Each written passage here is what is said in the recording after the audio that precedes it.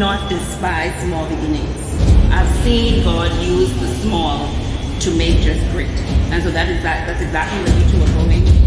It starts as a seed, it grows into a bush, the bush turns into a tree, and the tree attracts everything it needs, and it covers territory.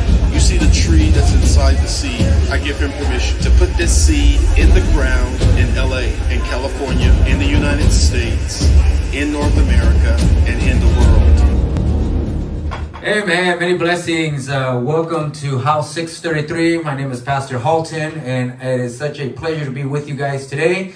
And I am very excited because I got a very special guest with me today. Today's going to be Pastor's Edition. So I got my wife with me today here. So maybe introduce yourself. Hi, blessings everybody. I'm glad to be here again. And we're going to talk about, what are we going to talk about? Principles of the family. Mm-hmm. And I'm really grateful to be here, and thank you for inviting me. And so I'm a little bit nervous, but I can overcome it. Yeah, of course. You're going to be perfectly fine. So just want to welcome everybody. This is our monthly live. It's been a while since I've been up here myself. So it is a pleasure to be here. And most importantly, I think it's going to be a great session because I got my wife with me. Normally we don't do sessions together, but today we're breaking those barriers and paradigms, and we're going to tag team this. So like you said, today we're going to talk about the foundational principles of the family. We've been going on this family series now for a couple of months, and it is such an important topic. And I didn't get to finish some of the stuff that I wanted to say on Sunday, so I wanted to kind of like touch on it today because the family is such an important vehicle to be able to produce not only good citizens, but also to be able to create good church leaders. Right. Because leadership in the church it starts in the family as well. Mm-hmm. And I want you to read it. You can read it in Spanish because I know you have it in Spanish, or you can like get closer to me. I don't mind you getting closer and reading it from mine, and then we can just go from there. Okay, dice en Timothy 1 Timothy 3:1 dice, este es un dicho digno de confianza. Si alguien aspira a ser líder de una iglesia, desea una posición honorable.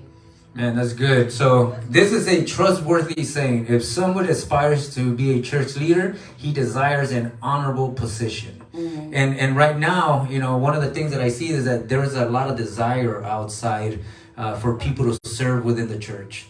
A lot of desire for people to be able to serve God and worship God. Mm-hmm. It is such an honorable position, but there are requirements. Yeah, I wanted to ask you that. When I was reading this, I stood there when it says, desea una posición honorable. What example can you give me of a leader that wants to have this leadership in church que dice how to what's that? Posición honorable, que desea una posición honorable. Well, this is the thing when it comes to church and when it comes to the kingdom of God. There is no higher position than a position within the church of Jesus Christ. You know, if you look at the church is not necessarily just a physical entity, but it's an eternal entity. It was established by Jesus Christ himself, so there is no higher or no honorable position than a position within the church. So the requirements for you to be in a leadership position within the church are also higher. It is not something that can be given lightly to anybody. Mm-hmm. That's why the family is so important, because the family is supposed to produce church leadership. Right. Pastors come out of the family. Right. Deacons come out of the family. Worship leaders come out of the family.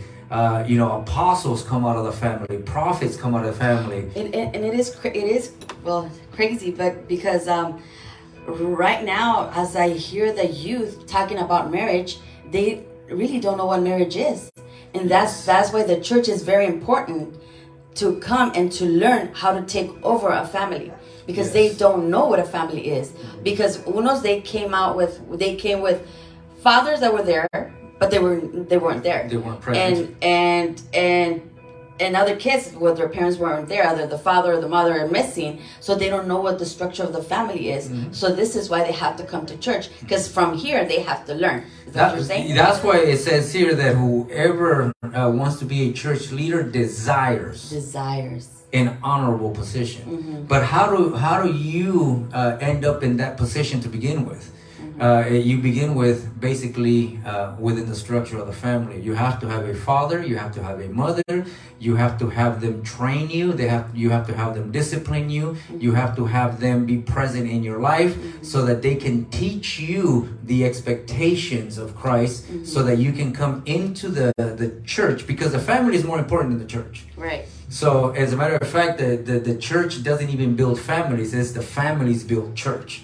So Repeat that again? church doesn't build families. Church doesn't build family. Like you can't come to church and build a family.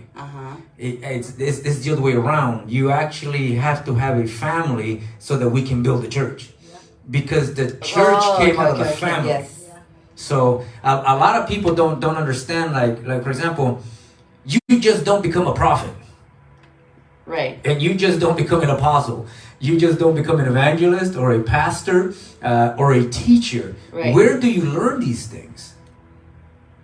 And this is the question that we have, like, for everybody that is watching us, the viewers.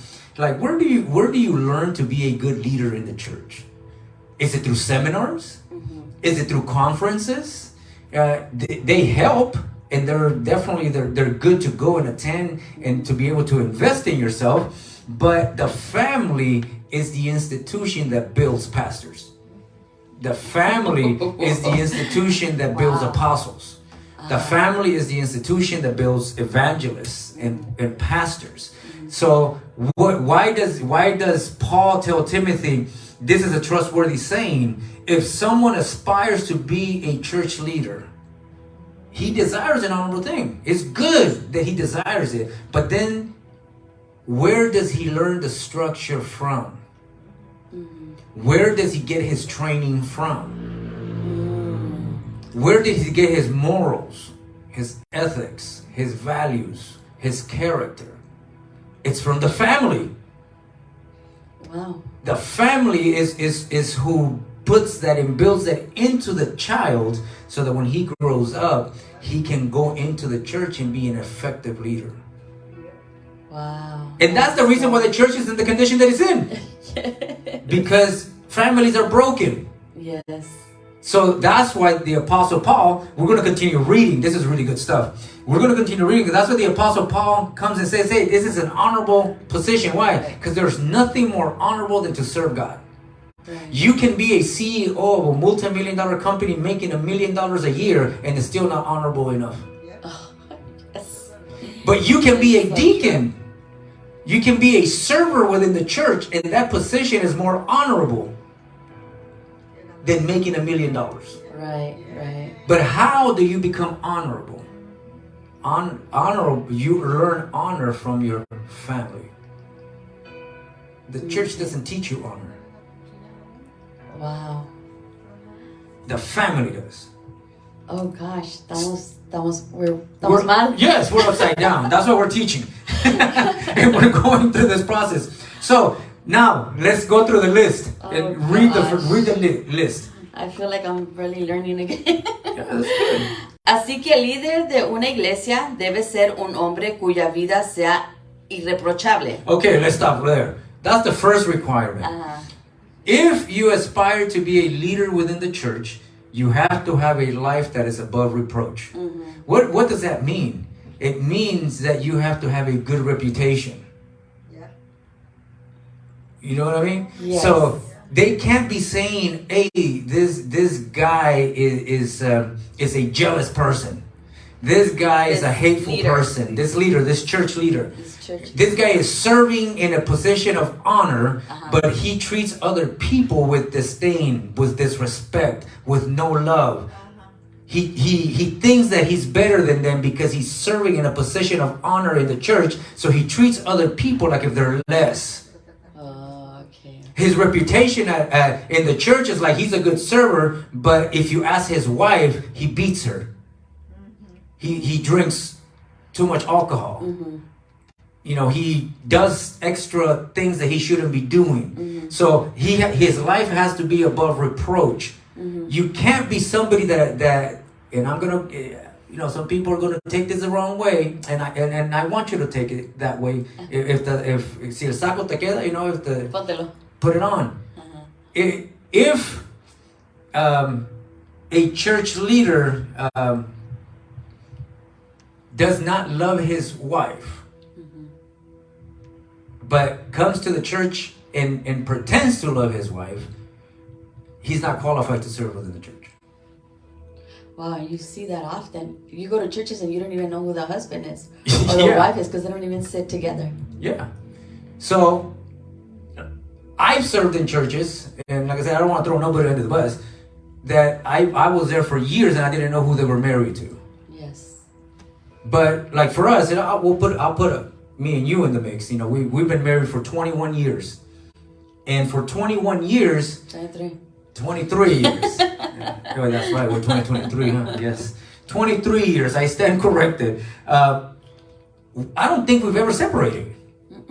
Like you know, we started going to church when I was 21. You were 23. You didn't have to say it, but okay. We were young, Yeah. but we were always together. Like nobody ever had a doubt who my wife was, and Right. nobody had a doubt who your husband was. Right. They would always see us together. The people that were serving in the church at the time, the elders, the los ancianos and deacons and all the people that were serving, they knew who we were, not even by name. They just knew, like, oh, here comes a couple. The couple. You know, because they would always Yes. see us together. Yes. But this is not something that me and you did at church. It was something that we also did at the house. Yeah. Like, that's who we were. Yeah. So we didn't have to fake it. And our kids can never say that, oh, my parents are this way in the house and they're another way in church. Right. So that's what I'm saying. We have to be above reproach. Not Right. necessarily just with the people outside. I think you hit it very well. Our kids. You can ask our kids going back 20 years. And they can testify that we were always together, not only at church, but also at the house. They see our lifestyle. Right. And how we serve God and what we were doing at the time. So, you know, being above reproach is not what you do inside the four walls of the church. Right. Being without reproach is the reputation that you have outside of the church. Right. What do they say about you outside of the church? And a lot of leaders right now outside of the church, they're gifted, they're talented, they know how to speak, they know how to communicate, but they don't know how to love their wife. Yeah. They don't know how to raise their kids. They give more time to the church than they give to their children. So when you say about reproach, that includes also that when Dr. Miles says, don't trust a man that's you never see them with their wife. Of course. But the thing is, when we talk about without reproach, sometimes people think, oh, well, I never drank, or I never smoked, I never cheated on my wife. And those are good things. Right. But what do your kids say? Right. Above reproach. What do the children say about you? Can you serve at church because your children approve? Or you serve in churches in spite of your children? Right. Meaning you don't care what they think or what they feel. How they feel and everything, yes. Or are your children saying, you know, like they've told us, hey, Dad, Mom, you guys have to serve because you can give so much. They pushed us to serve. Right. That's so true. I remember that. So it wasn't something that was necessarily like, hey, I want to go serve, because I wasn't looking for it. Right. But our kids were, Dad, you have so much. You need to serve. You need to give this to the youth. You need to give this to the church. Yeah, I remember They're the that. ones who pushed us Yes. to come and serve, to be able to do what we're doing, even what we're doing today. Right. Because, like I said, they see our lifestyle inside and outside of the church. And they also see the passion and the love that we have for God and the people. Like, because we taught them to love God's people also. You know, one of the things that I would always say, like, when you see the children of God or the people that are looking for God treat them well because they're royals, you know. Yeah. When they go to your house, treat them as well as you can. Why? Because son hijos de Dios también, you know, and los tienes que atender de una manera. So those are the things that they see in us. We taught our children to treat everyone equal, Right? whether they're a pastor, whether they're an elder, whether they're a deacon, Whether rich or poor. rich or poor, it doesn't matter. Yeah. We taught them, and they saw it from us. Yes. Because we honored everybody from the lowest level, supposedly from the church, all the way to the highest level in the church. And we treated all the same. We didn't give nobody special treatment. We were just treating them as the image of God. We were treating them as kingdom citizens. We were treating them as the same respect. the same respect. The same respect. So our kids saw that from us. Yeah. From the very beginning. Yeah. So, you know, when it says, hey, you desire an honorable position, Right. the leader must be one that is above reproach. And like I said, your children have a lot to say. And your wife has a lot to say. Right. If you're a man that is serving without the consent of your wife. Right. Right, that's true. What if your Or wife vice doesn't want versa. what Yeah. if your wife doesn't want you to serve or your husband doesn't want you to serve? That's reproach. Yeah. That is so true. So how many people are serving and their wife doesn't want them to serve? And how many husbands are serving and the wife doesn't want, or vice versa, right? Yeah, and you can see their unhappiness. Like they're trying to like either especially more the woman, they need more attention. They want that attention that they give in church that they don't give them in the house. And then they become jealous of the church and they become bitter towards the church. And they don't want to go. And if they don't they want to go go, to church. they're Why? bitter. And some husbands don't even want to go to church for the same reason, because the wife serves the pastor better than she serves him. So Wow. and like we were talking about, this is serious stuff. The family is more important than the church. Right.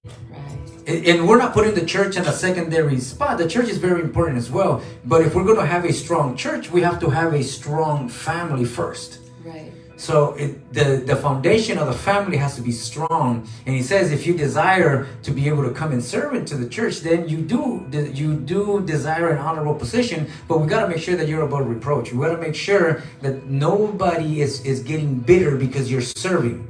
Not your kids, not your wife, not anybody around you, that you have a good reputation, that nobody can say things about you that are going to damage the image of God. But about that, let's say if the husband has a calling, let's say, right, or the wife has a calling.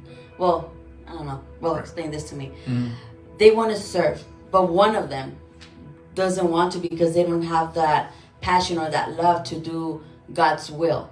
How can you fight that if it's your calling? Let's say I found my calling, but man, my husband or my wife doesn't want me to serve.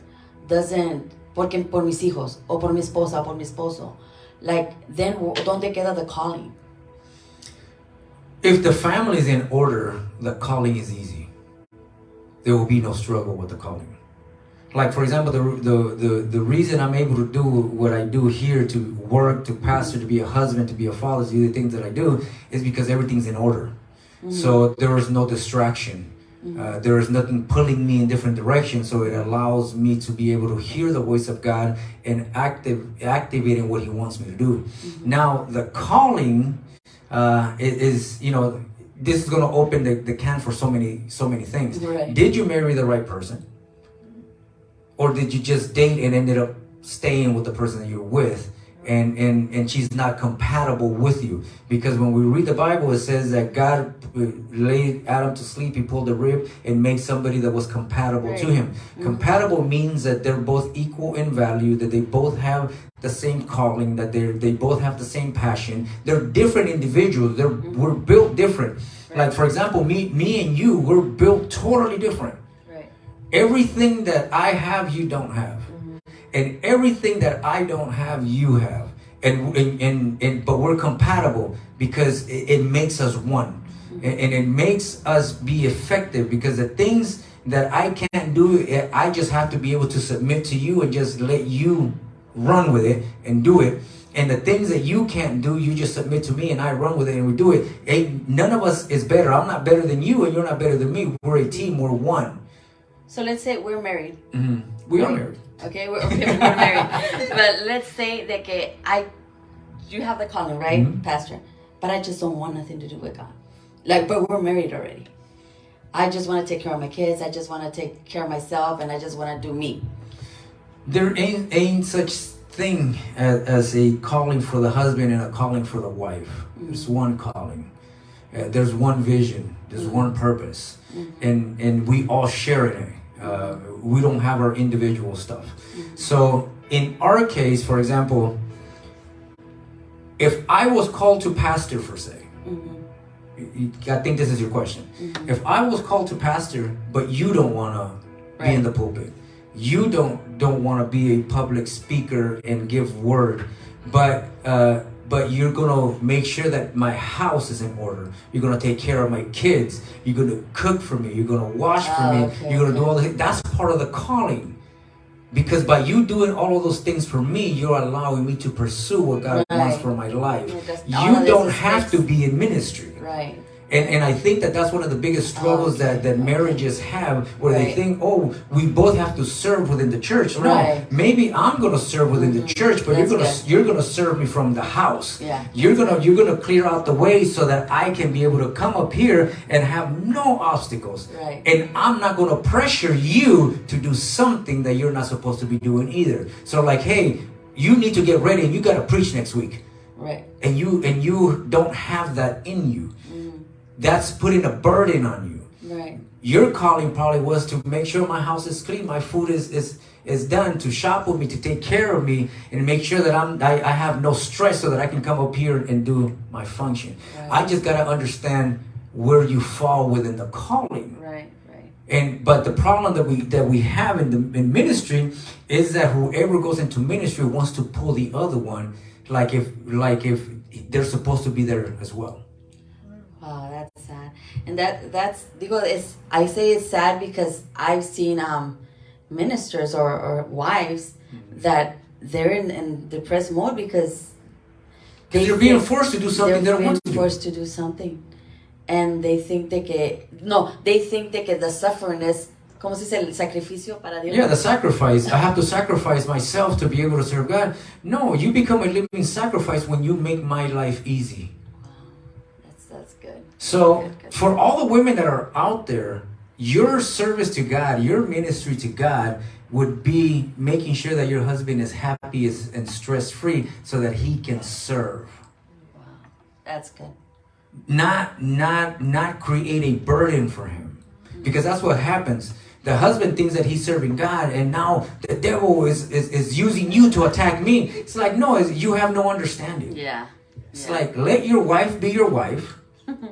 And if you have a calling to serve the wife of Christ, which is the church, then serve her, but the church is not your wife. Right. You're just serving it. Right. So you go and you do your service to God by nurturing the church, and then you go home to your wife. Right. And leave God's wife alone. Yeah. It's that simple. That's why I don't struggle and I don't have no issue, because you're my wife. So do I make it easy for you? Yes, you make it very easy for me. That's what I'm saying. You're my wife. The only thing that matters to me is to come and do my service to God and then go home to my wife. I don't want to marry the church. Like, I have zero desire to marry the church. I'm already married. And I'm happily married. But I do have to serve my master's wife. Oh. That was good. I have to serve my master's wife. Wow. So I come here out of honor and respect that is so for good. what he did for me, and I serve his wife, the church, and then he blessed me with a wife that serves me. Ooh, that's so good. Con esa yo no me voy a poner celosa. So, a lot of people in ministry are struggling because of this. Right. Because they marry the church I'm gonna cry. when they're already married and they already have a wife. Yeah. And they burden the wife because they tell the wife, look, you see me preaching every Sunday? You got to get ready because you're going to preach next. Right. When have I ever told you that? Right now? No. No, I've never. No. I've never put the pressure on Yeah. you. Because if God wants you to serve his wife, he's going to put it in you. Right. And then Right. he's gonna propel you. My responsibility is simply to prepare you Right. and to cover you and to make you feel good for not serving the church. I gotta make you feel good for serving me. That's enough. You don't have to do nothing else. Now, if Christ tells you, the Holy Spirit comes and He tells you, hey, I need you to do this extra, He'll put it in your heart, and then He's going to push you to do that. And I'm going to be here to help you get that done. Wow. But I will not put a burden on you that God didn't put on you. Wow. Because we have husbands like, you gotta go, and you gotta go. Everybody's like looking at me and like, they expect this from you. I'm like, I put no expectation on you. You're my wife. As a matter of fact, I always tell people, leave her alone. She's my wife. I don't know if you remember when we were at other churches or ministry. I know. And they used to come and they used to say, hey, I need your wife to do this. And I would tell them, no, she's my wife. Yeah. She ain't going nowhere. She's staying with me. She only serves me. That's it. Yeah. She doesn't serve you or the church. She serves me. And they would get mad at me. Yeah. Because they were like, oh, you know, they think they're better. I'm like, no, you don't understand. Yeah. I understand the function of the family, of a husband and wife. And I understand that we're more powerful together than apart. Right. And we did. And we did more things together We did. than we would have done apart. Yes. But the church sometimes brings division in the marriage by separating the wife and putting her in that group, getting the husband and putting him in another group, and then the marriage is in shambles and they're having problems, having all these issues. They don't love each other, they don't have all this stuff. Why? Because they're serving the church, but they're no longer serving each other. Right. Good stuff. So Good stuff. we need to be able to understand. It says you have to be able to reproach, and he must be faithful to his wife, not to the church. Uh-oh. My responsibility is to be faithful to you. If there's an issue with you, I gotta put the church on hold to make sure I take care of you. Because you're my wife. Not the Si yo church. estoy enojada y me molesta, your prayers won't be answered. Right, exactly. It's like, this is the thing. We have to make sure that we're operating in right standing Right. and not operating out of gifting and ability. Right. So a lot of people are operating because they have the gift of teaching. Right. They have the gift of the apostle, a gift of a prophet, a gift of a pastor, a gift of a teacher. They have a gift, they have an ability, but they're not in right standing. And God called us to operate in right standing. Right standing is, I have to be right with you, Right. just as much as I have to be right with Him. Yeah. Oh, yes. So if you're upset, and if there's something that you don't agree with, like you're saying, God won't even hear my prayers. Right. So God made it that way. Why? Because He wants to make sure that me and you are always one and we're not against each other. So He said, hey, look, you don't have to be okay with me. You have to be okay with her first. Yeah, because I'm the wife, and if you treat me well, you're going to treat his wife right. Exactly. Right. So what God is observing is, let me see how much he ignores his wife. Because that's how much he's going to ignore mine. Right. Right. So if I ignore your needs and I ignore, what's going on within our relationship, how am I going to be a good steward, a good leader with the church? When the church has needs, how am I going to take care of the needs of the church if I don't take care of your needs first? Right. So the Bible is very clear that it says, you serve in the little first before you can serve in the higher things. Right. So he first tests the marriage. And he says, like, how is your marriage? Do you guys love each other? Do you guys love spending time with each other? Do you guys like eating together? What is it, the things that you guys do that you guys enjoy? Or would you rather spend time in the church to neglect all of this? Because most people serve in the church not to spend time with the husband. Right. And not to spend time with the wife. Right. Or with the children. Yeah, that's true. So they're serving out of a gift and they're serving out of ability, but they're not serving out of right standing. So do you want to be above reproach? Serve in right standing. Love your wife. Be faithful to her. And when it says to be faithful to her, it's not only talking about cheating, meaning adultery, and you doing something with another female. It's meaning faithfulness in servitude. Right. How does the husband serve the wife? Because if you can't serve your wife well, how are you going to serve the church? Right. You won't. See. So it continues saying, he must exercise self-control. What does it say in Spanish? Debe ejercer dominio propio. If you want to be an effective and a good leader within the church, you must be able to exercise self-control.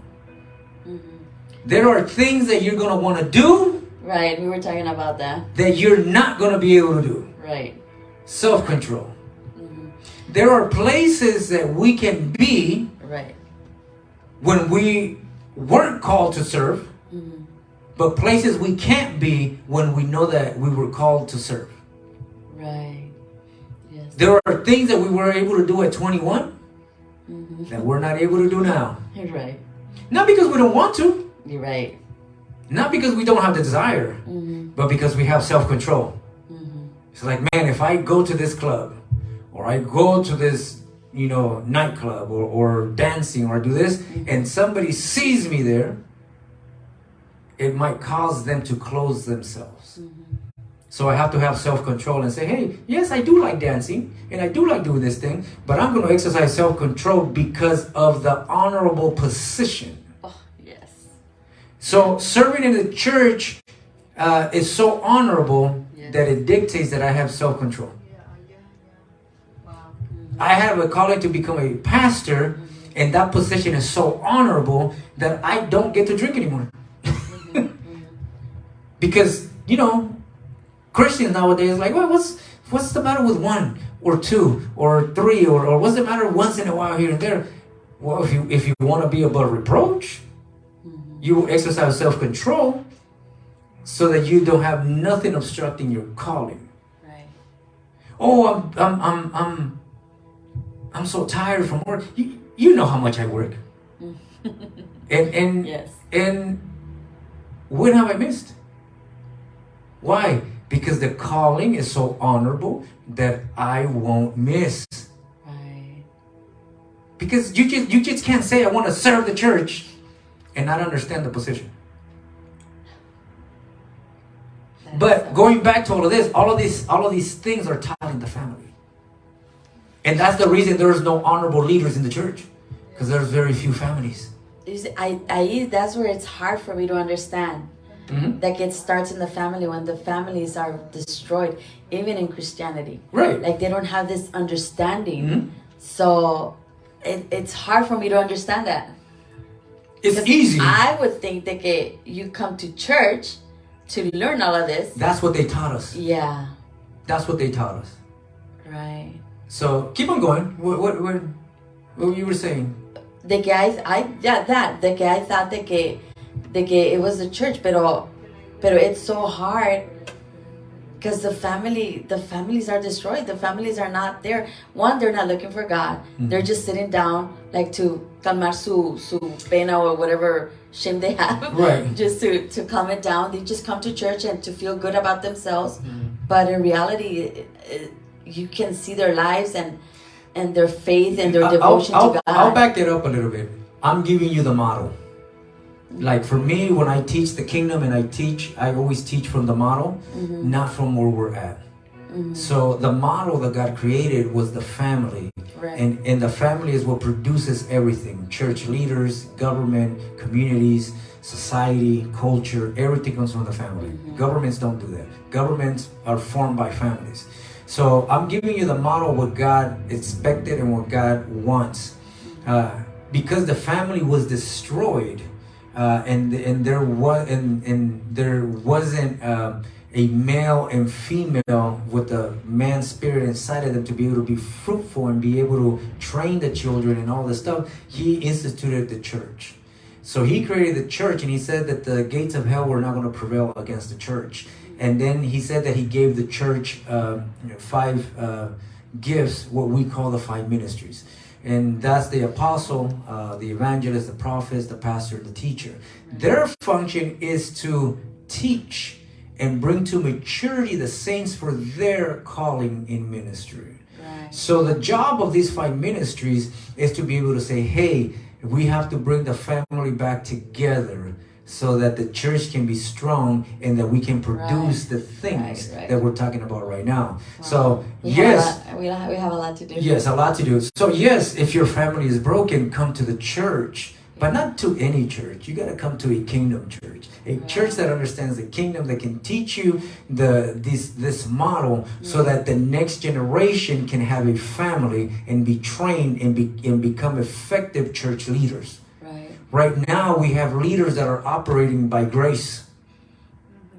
One day they sin, another day they're down. They take 2 months off, and then by the grace of God, they're back. Right. You know, and they're always wrestling with all these other things when they shouldn't be wrestling with anything. Right. The family is supposed to be able to nurture the child so that the child can grow and have good self-esteem, have good character, have good morals, have values, and love God. And then they can go and serve the church. Wow. Unbroken. Oh gosh.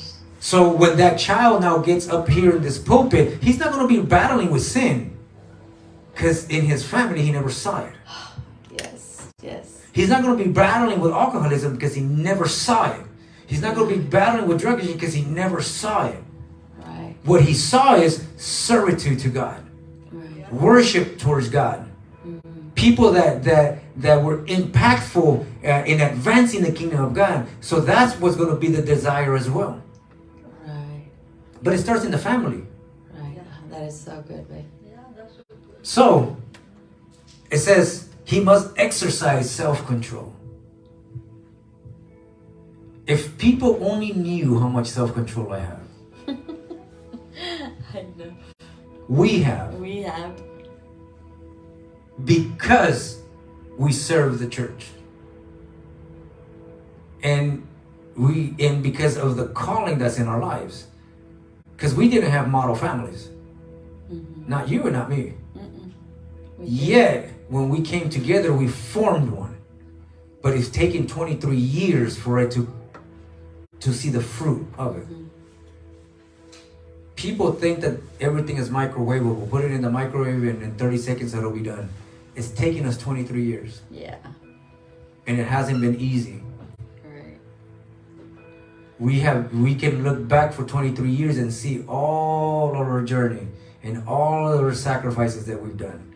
All of the things that we didn't do because we had self-control. I think that a lot of people, they don't want to do those sacrifices. Nope.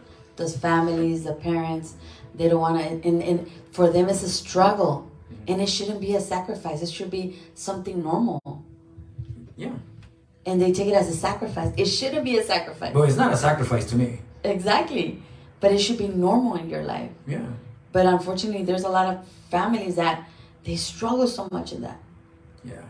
And it's sad. and it is sad because it's hurting the church. Yes. That's why the church is not advancing. And the Right. church is not growing. And we're not talking about numbers. When we talk about growth, we're not talking about numbers.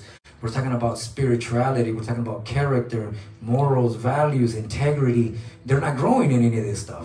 So and they're not growing because they're going to church, but there's no family. Yeah.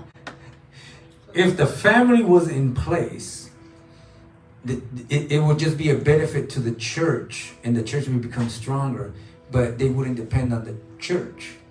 Yeah. That is why when I see couples, I'm like, man, let's try to get them. Yeah. Let's try to, because we need families. We need families that are willing to be above reproach, that are faithful to their wife, that are willing to exercise self-control, live wisely. It's like we have to be wise. Yeah. We have to be able to know how to apply the information that God puts in our hands. Then it says, and have a good reputation, which is to be without reproach. What do they say about you? I haven't heard nothing bad about me. That's what I'm saying. What do they say? What do they say? Yeah, that's true. They talk to you, but behind your back, they really say what they think about you. Right? Right. What is your reputation? Right. Look at the next one. He must enjoy having guests in his home. How many pastors like to have you in their home? But how many times have we opened our home to everybody? Everybody. Even to our own detriment. Yeah. We open our home and people don't appreciate it, and they attack us instead sometimes. But we always welcome everybody to the house. Yeah. Because we're not afraid about what they're going to see. And let me repeat that. We welcome people in our house because we're not afraid of what they're going to see. And that's the reason most people don't want you in their house. It's like, I don't want you to see that this is not that what you see in the pulpit is not the same thing down here. Right. Right. Not the same. Not the same. And he must be able to teach. There are some people that just talk. They don't teach. They, you go out of there and you might leave happy, and you might leave joyful, laughing, giggling, like, oh man, it was cool, it was good to be here. But they didn't teach you anything. Like most of, I don't want to tout my horn or talk about me, but one of the things about me is that I teach more than I preach. Because teaching is what changes the lives of people. When you teach them. Preaching is... I think it is where God uses me more. Like when I teach, or when it's the moment of advice, that's when the Holy Spirit comes and starts talking. And that's when I talk, like, maybe I'm not in this platform. We have different platforms. Yeah, but outside, yes, that's one of the things that I do. Dice, debe disfrutar de tener invitados en casa y debe ser capaz de enseñar. So that's every leader. Not just the pastors. Everybody that comes into church. If you're an elder, if you're a co-pastor, senior pastor, associate pastor, administrative pastor, worship pastor, whatever title you have. If you're an ujier, an usher, children's ministry, it doesn't matter where you serve. If you're outside in La Lonchera, you got to be able to teach. And you got to be able to welcome people too. Right. Not just the pastor. Some people just want the pastor over, but they don't hang around with the other church members either. Right. So that's just as bad. Y dice, no debe ser bebedor empedernido ni violento. Empedernido, estábamos buscando y estábamos mirando de que empedernido es algo que lo hace como costumbre. Como costumbre de hacer las cosas, pues. Puede ser de tomar, de enojarse, de maltratar, de envidiar. O sea que es la costumbre. Dice, no debe de ser bebedor empedernido. So it says que tiene una costumbre muy arraigada que no puede quitarse. No puede quitarse. Bad behavior, bad attitude, bad character. So if this guy is like rough all the time, like when you come, God says, come as you are. It doesn't matter how you are. You can have all the bad attitude, all the bad behavior, but come as you are. God wants you here. It doesn't care. But once you come to Him, He says you have to take away all of those things. Right. So if you're an empedernido, somebody that is basically that has a custom that is rooted in them and doesn't want to remove it, like, this is how I am. No, you better change. That attitude does not belong in the church. Does not belong here. But the reason you have that attitude is because you didn't come from a strong family. Because in your family, nobody told you better get that attitude out of you better remove that attitude now. So, como empedernido es como una costumbre, right? Yeah, they're just used to being a certain way. Used to. Okay, ¿de dónde viene ese used to? They learned it. They learned that bad behavior from friends. They learned it by themselves. Es como cuando robas, like, acostumbras ya no. Like, I get up every morning and I make my coffee at 7 in the morning. So I get accustomed to it. Me acostumbré. Every day at 7 a.m., coffee. Costumbre. Right. So you learn those behaviors based on the patterns that you have. So a person that wants to serve the church, he better make sure that he doesn't have rooted patterns that he can't remove. Okay. I'm going to walk in here and make everybody feel bad. Comfortable. uncomfortable. That's just how I am. God says you better remove that. Impedernido. You don't get to bring that attitude here. Right. So you got to remove it. So that goes to everybody. If you have hate, you got to remove it. If you know how to lie, you got to remove it. Those are things that are learned. So es un mentiroso empedernido. It's like he just doesn't know when to stop lying. So we got to be able to remove those things. So no, if you want to be able to serve, you can't be un empedernido. So it says, Ni violento. or violent. Debe ser manso. No menso. No menso. No debe de ser bebedor empedernido ni violento. Debe ser manso, no pendenciero y no amar al dinero. So pendenciero is another word. People that love to fight, argue all the time. You need to leave that out because una persona pendenciera, quarrelsome, is in English, is somebody that just likes to argue with you for no reason. You say something, they have something else to say just to argue with you. It says like people like that cannot serve the church because they're going to come into church to argue, Right. just to fight, just to be right, just to have something to say. I want to have the last word. Right. So you can't serve the church if you have that attitude. And most important, not love money. Right. Money is important and money is good, but you can't love it. Because the love of money is the root of all evil. Right. You'll do crazy things for money. Right. You'll start stealing from the church. You'll start doing things if you have love for money. Right. So you can't have love for money. Debe administrar bien su propia familia, tener hijos que lo respeten y obedezcan. Now, listen to this, and this is the good stuff here. Because everybody wants to disqualify people, right? It says he must manage his own family well. He has to be a good leader. He has to have things under control. And he says he has to have children that respect him and obey him. It does not say he has to have children that love him. Right. But it doesn't say that he has to have children that fear him. He has to have children that respect him. Respect him. Yeah. I don't agree with my dad, but I respect my dad. Yeah.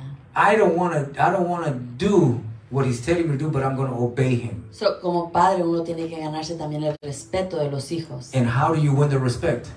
By having a good reputation, by showing them how to be honorable, how to love your wife, how to have self-control, how to live wisely, how to have a good reputation. Right. That's how you get the respect, because your kids don't respect you right off the bat.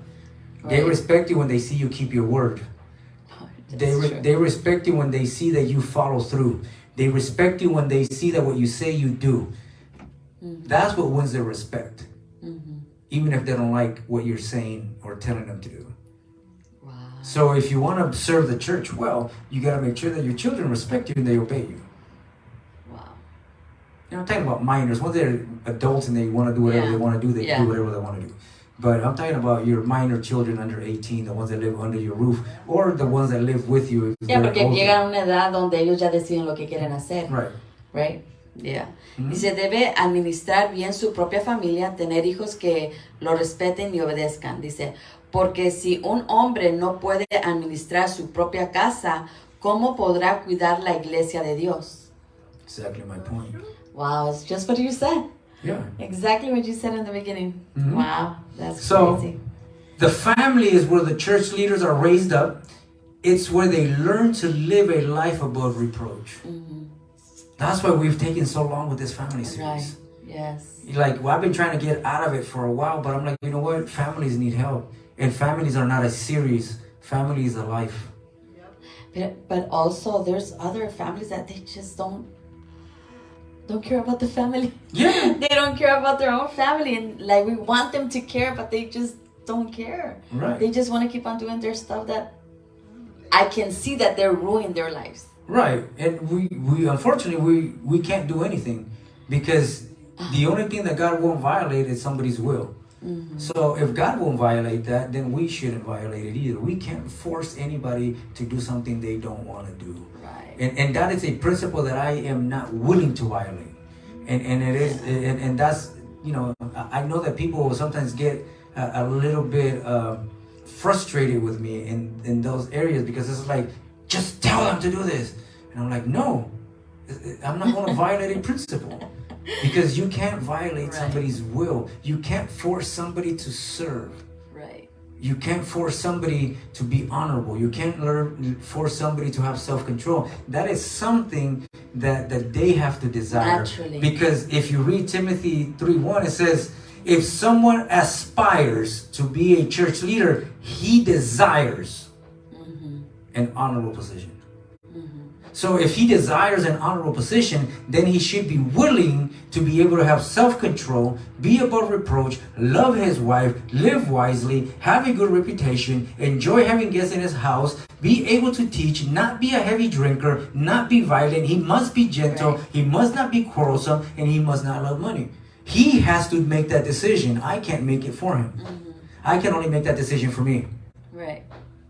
And I just have to wait for everybody else to make their decision. Right. Because I already accepted the calling. So family is where church leaders are raised up.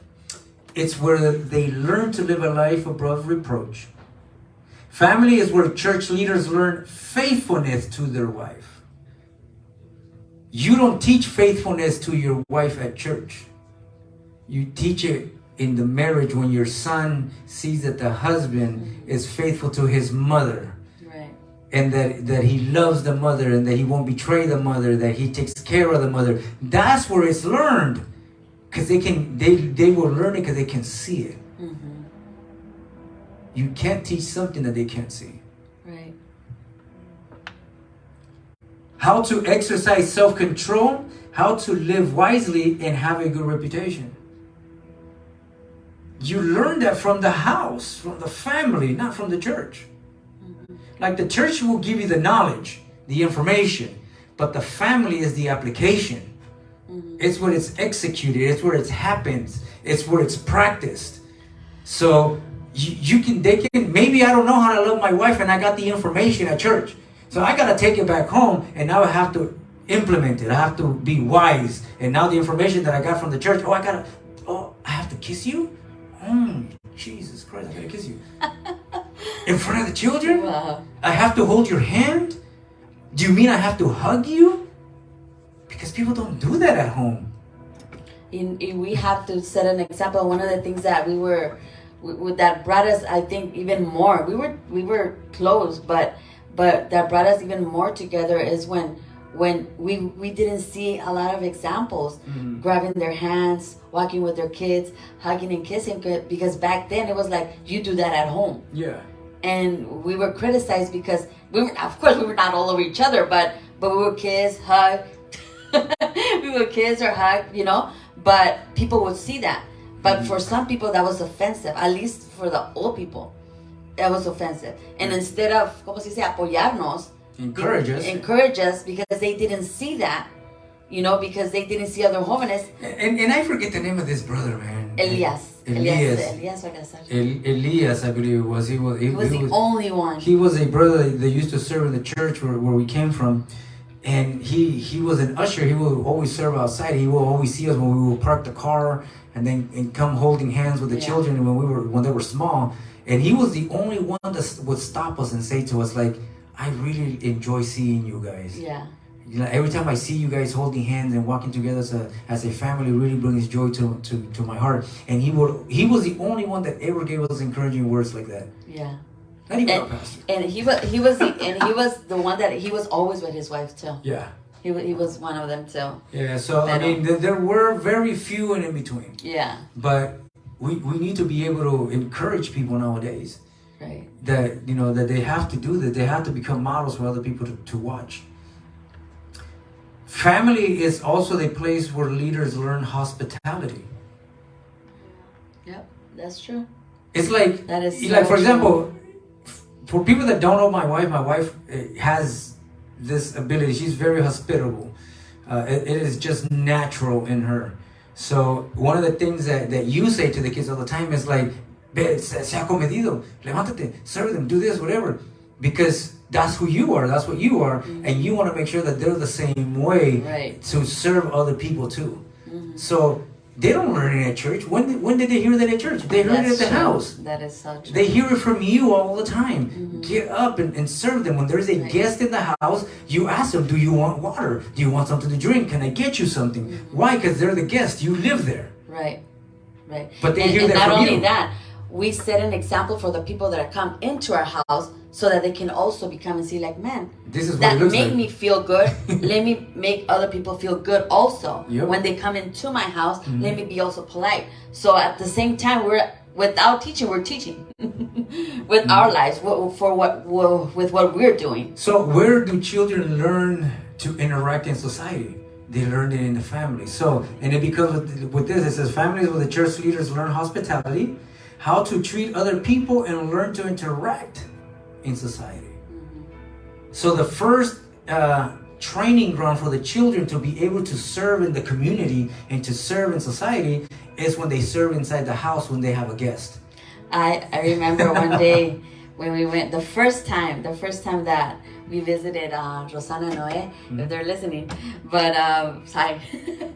But I remember that the first thing that, it was like Epotes when he was small and Cassandra, they were small. The first thing, would sit down, would you like some water? Like they were teaching them, and now you see them and they do the same thing. And That's what I'm saying, but where do they learn that? in the house. In the house. In the house. And that's what I'm saying. That's where you start training the children in the house how to serve. Right. You don't teach them how to serve outside of your house. It's when you have a guest that comes in there, and then the children come and say, "Can I get you water? Can I get you something? Can I help Right. you?" That's where they learn how to interact with people Right. and serve. So that platform true. comes from the family, not from the church. Right. So it's the family that trains the church leaders from a young age to serve. Yes. So if they can serve these guests that are coming into the house, when they grow up and it becomes natural in them and they come into the church to serve, it's going to be easy to serve the people in church because they're serving people in the house. Right. That is so good. So, Family is so important. yes. Family is where the church leader learn how to teach. It's the place where addictions are cut and temperaments are put in check. You want to read that in Spanish? La familia es donde los líderes de la iglesia son criados, es donde ellos aprenden a vivir una vida sobre reproche. La familia es donde los líderes de la iglesia aprenden. I think it's the Oh, yeah? second one to the last. This one? No, the bottom one. This one? This one. O la familia es el lugar donde los líderes de la iglesia aprenden a enseñar. Es el lugar donde se cortan las adicciones y se ponen a raya los temperamentos. Temperamento. It is in the family because the father is supposed to sit the family down and teach them the word of God. So their first experience in teaching comes from their father. So a church leader learns how to teach because he was taught by his father. That's so good. And it is also a place where addictions are cut. So if a father is active in teaching and active in the life of the children, he's going to notice that they might have some sort of addiction, whether it's gambling, television, the cell phone, and that's where they're cut. That's where he puts a stop to it so that he doesn't become addicted to these things that are going to be harmful for him in the future. Oh, okay. It is the family that cuts it, not the church. So when I say Oof, that's good. se pone a raya, I don't know what that means. What it means is that when the kid has a bad attitude, have you gone to places where the child is just being so disrespectful sometimes to the guest that is in the house or he's being annoying? That is the place where the father and the mother come and they put him in check and tell him, you stop that. You don't behave that way. You change that attitude now. And the family is the place where he's taught manners. And character. And character. Okay. So that behavior is not acceptable. So he won't come into the church and act that way. Wow. Yeah, that is So you have people, a lot of kids in the church that come by and they don't even say hi to anybody. And say, que mal educado este niño, he has no manners, right? Right. They didn't teach him at the house. Right. It's not the church that teaches him that. It is in the house that he's taught, how to teach, how to cut addictions, because the first addictions that kids have is not drugs. That is just addiction to drugs, pornography, drug addiction, and all these other addictions are addictions that got out of control because of the first addictions didn't get under control, which were what? Turn off that TV. You can only watch for 30 minutes. No, but this is time for my program. I watch my program today. You're addicted to this program. You're not going to watch it. Right. Oh, give me your phone. Give me your tablet. They're addicted to it. And they have to take that addiction away, because if they can't take that addiction there, they're not going to be able to take the drunkenness away. They're not going to be able to take the drug addiction away. They're not going to be able to take the pornography away, because the family is the first place where the addictions are cut. Oh, I'm teaching. Wow. That is so true. It's good, right? I'm thinking of each and every one of my kids. I should have done this. I should have done Yeah, that. exactly. And temperaments are put in check. Because you cannot allow your child to have a bad attitude. It is the mother and the father that come in and say, hey, stop that. So when Bella, for example, gets in her little moods and she does a little tantrums, right? As a child, what do we tell her? Stop it. Right. And what does she do? She stops. If we let her get away with that, what is she going to do when she's 10? What is she going to do when she's 15? What is she going to do when she's 20? If esa actitud le va a afectar cuando vaya creciendo. Yes. Porque nunca se le reprendió. Right. Por eso de repente vienen, ¿por qué no tengo amigos? ¿Por qué estoy solo? ¿Por qué?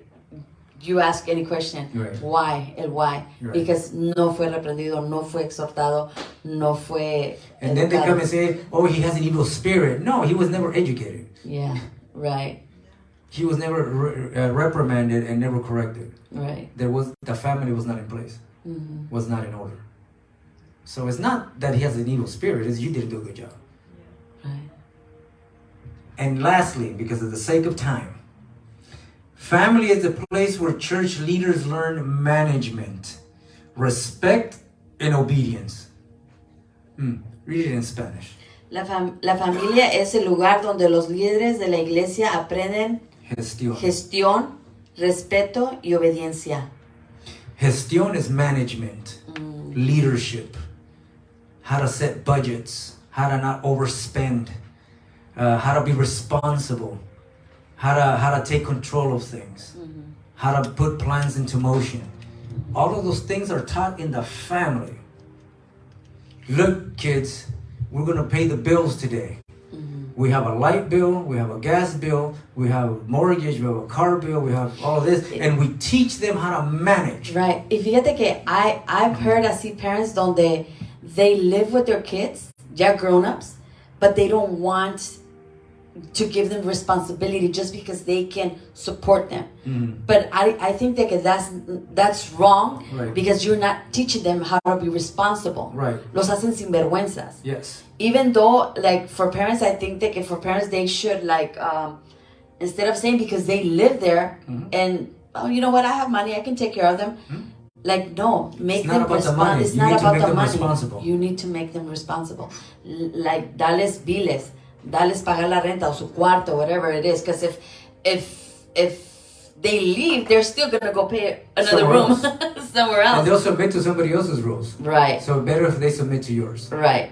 So, And I think that a lot of parents don't do that because they're scared, or especially when they see that their kids are becoming no, it's lazy. because they're broken. And this is what I hear from every family that, Right. that we've ministered. I want them to have the things that I didn't, have. Yeah. And you make them irresponsible instead. Right. No, you teach them how to manage.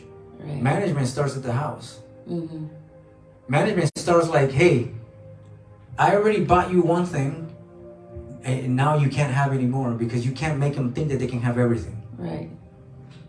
Not because you can't give it to them, but because you'll make them irresponsible. You'll make them people unappreciative, because they think like, I can buy this, I throw it away, I get another one. Right. That is true. No, management starts at the house, and it starts at the lowest levels. It starts with toys. Yeah. Oh, I bought you this toy, now you don't want it? You didn't manage it well. I can't give you any more because you didn't know how to manage this toy. Right. So management starts at the house. They don't see it like that. Yeah, we didn't see it like that. We don't. Yeah, because you because don't they're toys. You but don't no. understand kingdom. That's Yeah, what. It's like. Yeah, it's okay. But yeah. The family is where they learn respect. Right.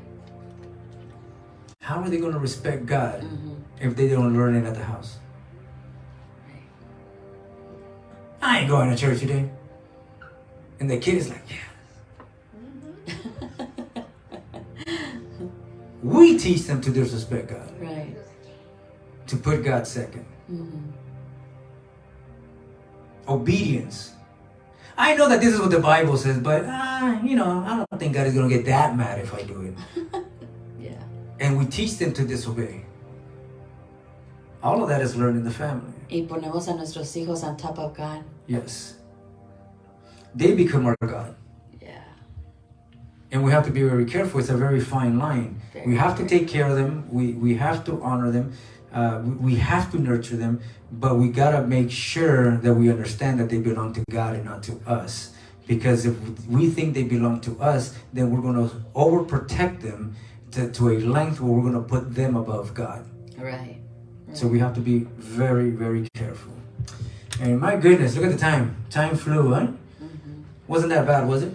Was it? It was actually good. Yeah, Really it was good. very good. I hope that you guys were blessed by this conversation, because it wasn't a teaching, it was more of a conversation.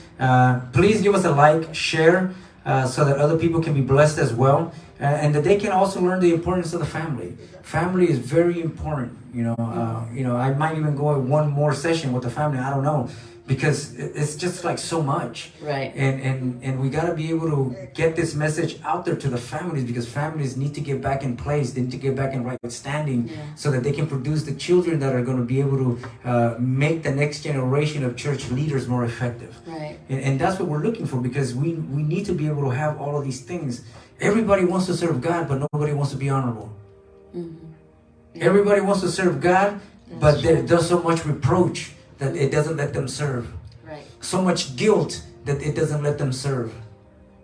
How many people have we spoken to that keep on telling us, oh, I feel guilty because I did this, but I'm serving in the church. I'm like, why are you serving? Sit down. Yeah. You're not ready to serve. Mm-hmm. The things that you're doing don't qualify you for service. Sit down. Yeah. People that are frustrating and angry and disappointed. How many people have we spoken to like that? Mm-hmm. Why? But you know what the common denominator is? Broken families. Fatherless children. And in some cases, motherless as well. Yeah. They're present, but they're absent. Mm-hmm. And, these, I say children or kids, simply because of how old we are, but they're adults and they're broken. Yeah. And they want to serve God. And it's a desire that's very honorable. Mm-hmm. But they can't serve Him because they have no self-control. Mm-hmm. They don't live wisely. They don't have a good reputation. They don't even want a wife in some cases. Yeah. And how are they going to learn to love the church if they can't even learn to love here first? Well, that's another teaching. That's another teaching. That's another topic. Yeah. But nonetheless, I love you. It's good being here with you. I enjoyed this session. I think our next session is going to be a lot better. But I just want to encourage everybody to keep on tuning every month for our monthly live. I invite everybody to join us for Kingdom Mentorship every Friday as well, from 7:30 to 9:30. If you thought this was good, it actually gets better in person when you come here and you listen to it live. Yeah. And then on Sunday we have our worship service. So from 1 to 2:30 p.m. We do invite you to be in person. But if you can't join us online, give us a like and share. So that we can expand the message of the kingdom. This message is necessary. Right. Also, if you guys want to partner with us and you want to sow into the ministry, if this has been a blessing to you, you guys can do it through honor seed at house633.com, through Zelle, or just come in person and deposit your honor seed here at the box and help us expand the kingdom of God. Yes. All right, you want to say last words? And Well, hopefully this was a blessing for you. Si tienen algunos hijos que necesitan ayuda, que necesitan una consejo espiritual o un consejo de vida, aquí estamos para ayudarles, estamos para servirles más que nada. And overall, thank you, Faye, for having me here. Love you. To the King. We'll To see the you guys King. next time.